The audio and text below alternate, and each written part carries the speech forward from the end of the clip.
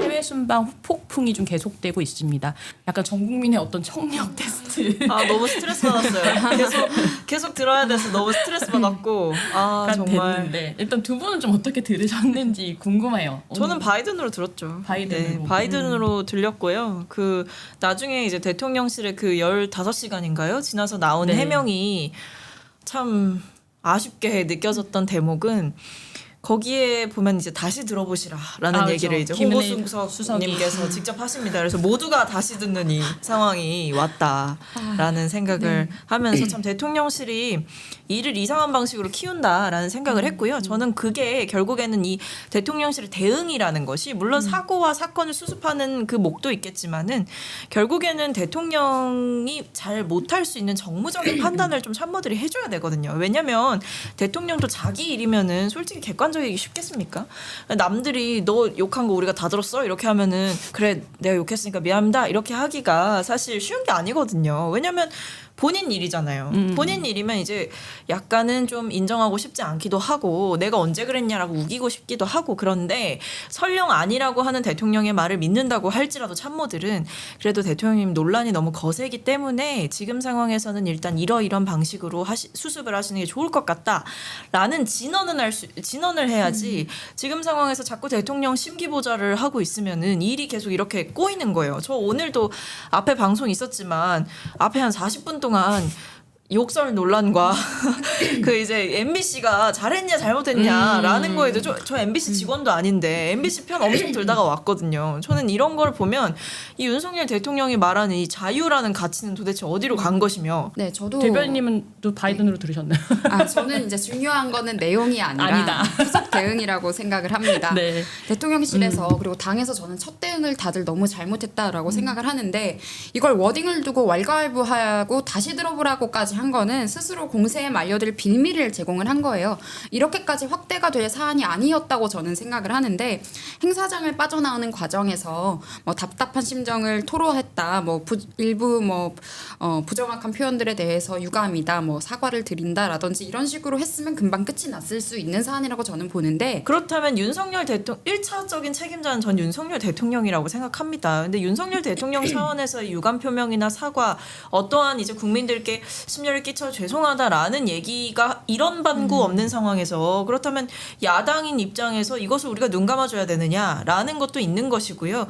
뭐 그것이 바이든이든 날리면이든 물론 저는 바이든으로 들었습니다만 그 뭐 내용은 빼자라고 얘기를 하지만 그렇다면 그거 빼면 더 문제예요. 앞에 EXX 뒤에 뭐 팔린다 이런 얘기한 거는 그럼 잘 된 거냐. 그러니까 그리고 사실 그게 공적 말하기는 일단 아니었다라는 점이 아니 근데 좀 문제가 공식적인 있는 행사장에서 것이고요. 네, 대통령이 행사장에서 얘기하는 게 공적 발언이죠. 빠져나오는 과정에서 토로하는 말을 이렇게 흘린 거라고 볼 수 문재인 전 있죠. 대통령께서 만약 그런 말 그 행사장에서 했다고 생각해 보세요. 만약 그게 정말 공식적인 발언에서 문제가 있었더라면 지금 미국에서 해리스 부통령이 와 있지도 않을 거라고 저는 생각을 합니다. 근데 이제 일단 뭐 두 분의 말씀 알겠지만 사실 저는 아까도 잠깐 말이 나왔지만 사실 제가 좀 당황했던 부분은 한국에 돌아와서 첫 번째 출근길 문답 과정에서 대통령이 최소한의 유감 표명은 하지 않을까라는 거를 사실은 많은 분들이 그렇게 예상을 했던 것 같아요. 저는 이번 논란에 대해서 미국 국무부나 백악관 측은 입장도 별도로 내지 않았다고 합니다. 언론에서도 질의를 했는데도 그렇게 보면은 그쪽 입장에서도 그냥 해프닝이지 이거에 대해서 무게를 두고 있지 않다고 저는 생각하고 있거든요. 뭐 그러면 뭐 거기서 미국이 지금 동맹관계 맺고 있는 사이에서 그래 너네 대통령이 나 욕했지 이제 앞으로 동맹관계 끊자 이렇게 하겠습니까? 그렇게 안 하죠. 근데 그거는 외교적으로 이제 뒷수습을 했겠죠. 저는 그렇게 생각을 하고요. 그리고 뭐 공적 발언, 사적 발언 얘기하셨는데 그런 빠져나가는 와중에 한 얘기라고 할지라도 그 행사장 자체가 공적인 자리인데 그리고 순방 가서 대통령이 그런 자리를 뭐 저희가 술자리 얘기를 도청했습니까? 그거 아니지 않습니까? 그리고 어쨌든 발언이 공개가 됐고 국민들이 언론을 통해서 다 봤다라고 한다면 그건 이미 대통령의 발언이 사적 발언의 영역을 넘어간 것이죠. 사적인 사적인 발언도 보도되면 공적인 발언의 그 영역에서 해석되기 마련입니다. 왜냐하면 공적인 인물이 말을 한 것이기 때문에 그 발화의 특성 자체에 사적인 영역을 넘어가는 거죠. 그래서 저는 이런 부분에서 인정할 건 우리가 인정하고 가야 된다라고 생각을 하고요. 다만 저는 그냥 이거는 묻고 싶었어요. 대통령실에서 지금 MBC 특정 언론사 지금 찝어서 계속 공격하잖아요. 뭐 6가지 질의 보내고 대체 무슨 과정을 거쳐서 보도를 했으며 뭐 여러 가지 지금 내부적인 의혹 뭐 경영진이 개입한 거 아니냐라는 것도 이제 내부 노조에서는 뭐 성명서를 내 가지고 얘기를 하고 있던데 지금 이 방식은 누가 봐도 MBC뿐만 아니라 다른 언론사도 다 보도를 했는데도 MBC만 콕 집어서 지금 책임을 뒤집어 씌우고 당신들이 여론을 호도했다. 당신들의 자막 때문에 문제가 생겼다라고 하는 것은 1차적 책임자인 윤석열 대통령이라는 존재를 완전히 지우고 시작한 거기 때문에 저는 어불성설이라고 생각하고요. 정원유착 논란으로 번졌는데 사실 이 윤석열 대통령의 언론관에 대해서는 선거 기간에도 좀 한 차례 드러난 적이 있습니다. 저희가 짧게 좀 관련 영상 좀 준비했는데 잠깐 보시고 또 잠깐 얘기하시죠. 진실을 왜곡한 기사 하나가 그 언론사 전체를 파산하게도 할 수 있는 강력한 그 시스템이 저 언론 인프라로 자리를 잡았다면은 공정성이니 뭐 이런 문제는 그냥 전혀 문제가 없다고 봅니다. 네, 진실을 왜곡한 기사는 언론사를 파산하게도 할 수 있는 시스템이 필요하다. 이게 이제 대통령이 지난 2월 12일 날 대선 유세 중에 좀 하셨던 말씀이기도 한데 근데 지금 MBC 논란이 불거진 게 MBC가 최초 보도를 또 했었는데 그 최초 보도 전에 모 커뮤니티에 민주당 의원 보좌진이라고 자신을 밝힌 분이 뭐 MBC가 이거에 대해서 내보낼 거다라고 보도 전에 글을 올린 것이 있습니다. 그러면서 뭐 자기 폰은 나의 폰은 아이폰인데 난 비밀번호가 기억이 안 난다 뭐 이런 글까지 또 남기셨고 그분 그동안 글 쓴 내역들을 보면은 선거 기간에 이재명 대표에 대한 뭐 홍보 글도 올리고 뭐 윤석열에 대한 비난 이런 글들도 올리고 이랬던 분이에요. 그렇다 보니까 지금 괜히 또 이게 또 새로운 논란거리가 또 제공이 된 것 같고요. 거기에서 아마 MBC에 대한 이런 부정적인 인식이 뭐 당원들이라든지 지지층에 좀 퍼져 있는 것 같기는 한데요. 어찌되었건 대통령실과 언론과의 관계는 공보 라인에서 좀 잘 유지를 진작 좀 했어야 되는 건데 이 과정에서도 충분한 소통이 있었더라면 이렇게까지 어긋나지는 않았을 거라고 생각을 하는데 아무래도 그런 부분에서 분명히 불찰이 있는 것 같고 만약에 MBC가 보도 지침이라든지 보도 윤리를 어기고 뭔가 뭐 어떤 불법적인 루트를 통해서 이러한 영상을 받았냐 또는 본인들이 찍었냐 이런 게 아니라 MBC 기자는 그냥 우리가 이제 풀 체제라고 해서 기자들 중에 이제 기사나 뭐 영상을 공유하는 체제를 만들어서 왜냐하면 다 들어갈 수가 없으니까요. 이게 코로나 체제나 뭐 아니면 여러 일단 공간이 한정된 행사 아니면 큰 행사 같은 경우는 보통 이런 식으로 취재를 하는데 그렇게 풀 체제를 만들어서 그 중에 어떻게 보면 바톤 터치 받았던 한 사람이었던 거예요. 그래서 가서 취재를 했고 그 영상을 모두에게 쐈습니다. 왜냐하면 풀 기자이기 때문에 본인이 담아온 카메라에 있는 영상을 언론사에 보낸 거죠. 그러고 나서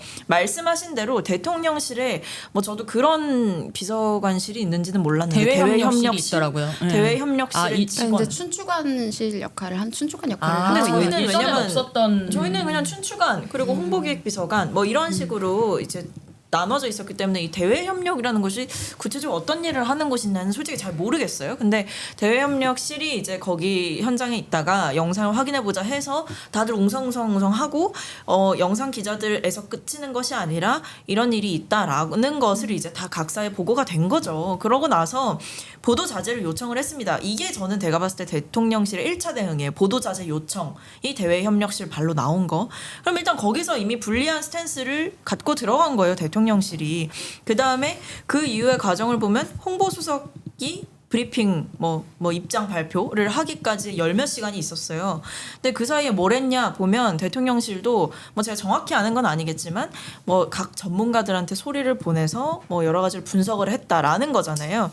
근데 저는 그 사이에 그런 일을 할 것이 아니라 전문가들한테 그걸 왜 물어봅니까? 얘기를 한 사람이 대통령이면 대통령한테 여쭤보고 이 얘기가 맞습니까 대통령님 하고 이런 지금 얘기가 있는데 사실이 아니라면 저희가 바로 잡겠습니다라는 거를 10시간도 아니에요. 1시간 안에 그건 할 수 있는 일이에요. 그걸 하면 대응이 되지. 이제 전문가에게 뭐 보내서 분석을 한 거는 이제 대통령실 의원들이 아니고 당내에 있는 몇몇 의원분들이 그런 시도를 아니 하시고 공유를 대통령실도 그 하셨는데 시간 동안 했다는 거예요. 네, 그 공유를 그러느라 하시기는 늦게 하셨는데. 걸렸다는 거예요. 얘기를 하기까지. 그렇게는 하셨는데 아마 엠바고가 걸려 있는 사안이었습니다. 근데 MBC 최초 보도 이전에 이미 민주당 박홍근 원내대표가 비난 입장을 내놓으신 것 때문에 지금 신뢰도가 굉장히 깨진 상황이고 그래서 MBC 내부에서도 비판의 목소리와 자정의 목소리가 나오고 있는 것 같고요. 이건 뭐 근데 그 MBC 언론사 때문에 내부에서도 박홍근 제가 원내대표가 얘기한 게 아니잖아요. 그러니까 MBC를 탓하는 건 아니고 그런 것 때문에 누가 그렇게 했느냐 엠바고를 깼느냐라는 논란이 있다는 것이고요. MBC 내부에서도 이것은 뭐 알아서 정리가 저는 입장 정리가 될 것 같고 그리고 당에서도 너무 특정 언론사와 적대적인 관계라는 그림을 국민들께 보여드리는 것은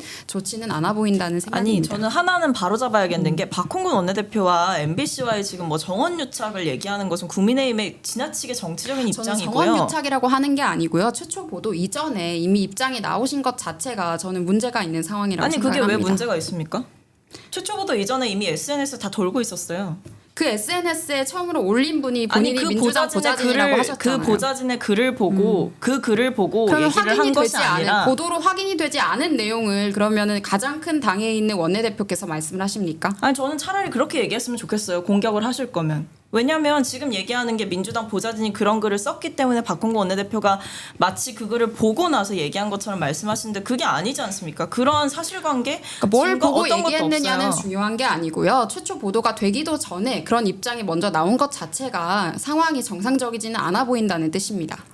대통령이 결국에 이 문제의 원인에 서 계시니 대통령이 직접 이 매듭을 풀어야 하고 본인이 사과해야 하고 그리고 유감스럽게 해드린 점에 대해서 굉장히 죄송하다라는 좀 솔직하고 저자세를 좀 계속해서 보여주시는 게 이 국면을 넘어갈 수 있는 유일한 해결책이지 않을까. 계속해서 이렇게 대통령을 호위하는 호위무사들과 대통령을 계속해서 비판하는 사람들의 갈등은 절대 우리 사이에서 끝나지는 않을 것 같거든요. 결국 대통령이 사과하시고 또 분명하게 죄송하다. 국민 여러분들께 심려를 끼쳐드려 죄송하다라는 얘기를 저는 하실 수 있어야 한다고 생각합니다. 그러니까 사실 이제 저자세 외교 아까 네. 저자세로도 근데 외교를 해야 된다라고 사실 하셨지만 지금 한덕수 총리께서 일본에서 해리스 부통령을 만나서 중요한 사안들을 논의를 하고 있는 상황이고 하다 보니까 대통령실에서도 지금 이 논란을 어떻게 풀어나가야 할지에 대해서 많은 고민들이 있을 거라고 봅니다.